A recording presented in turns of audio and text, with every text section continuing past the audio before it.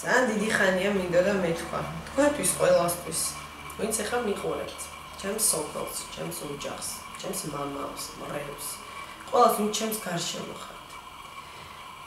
მე უბრალოდ დავიღალე ამდენი ხანი. ჩუმად ყოფნით 29 წელია ხმა არ მომიყია, 29 წელია. ამ ხნის განმავლობაში მე ვიჯექი ჩემთვის და ვწერდი თქვენ შესახებ, რა სიბინძურეში ხართ, რას გავხართ ხალხო. დედა, პირველ რიგში შენ, ჩემთვის სამაგალითო უნდა იყო და სიხარდ, გახარ და რას ჩადიხარ, წამალს ყიდი ხალს კლავ. ჩემი ძმები რას დაემსგავსნენ, ნარკომანები. გინდა იცი რა მოხდება? შენ ორი შვილის, მკვდარი შვილის დედა იქნები. გინდა რომ ესე მოხდეს? ის ერთი შეიძლება ომში მოკვდეს, ან რაღაც წამლით გაიპაროს. მამაო, შენ, მე რომ მოვდივარ შენთან და მინდა რაღაც გითხრა, ვერ ვლაპარაკობ, არა ხო ვცნობ, გონია რომ ღმერთთან ახლოს ხარ. შენ უფრო დიდ სიბინძურეს ჩადიხარ, შენ მრევლს ეუნები რომ წამალი გაიკეთოს და შენ უფრო უარესი ბარიგა ხარ. ხალხო, რა დაგემართათ, ცოტა გონება გაინადეთ. ამ ხნის განმავლობაში მე ვწერდი სცენარს. თქვენ შესახებ თუ რა დაგემართებათ?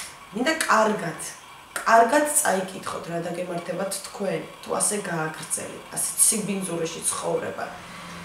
ჩვენ გარშემო იქნება მუდამ ომი, მოკვდება უამრავი ადამიანი, ჩაიხოცება ყველა და ჩვენ ვერასდროს ვიქნებით ბედნიერები, რადგან ცხვის ბედურებაზე, ბედნიერებაზე ვერასდროს ააწყობთ. დედა, გთხოვ, პირველ რიგში შენ, რომ მომისმინო, წაიკითხო ჩემი სცენარი და გაითვალისწინო. რომ ყველაფერი კარგად იქნება. მე იდეაც მაქვს დედა შენთვის. მე მინდა რომ ჩვენ ერთად დავიწყოთ ბიზნესი. ოღონდ არა ისეთი რომ ვიღაცას უბედურება მივაყენოთ.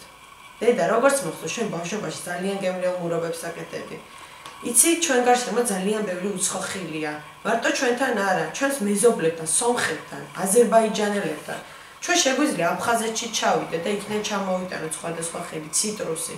მოდი ერთად გავაკეთოთ მურაბის ბიზნესი და ყველა ვიყოთ ბედნიერი ერთად, იმიტომ რომ ეს ნამდვილად შესაძლებელია.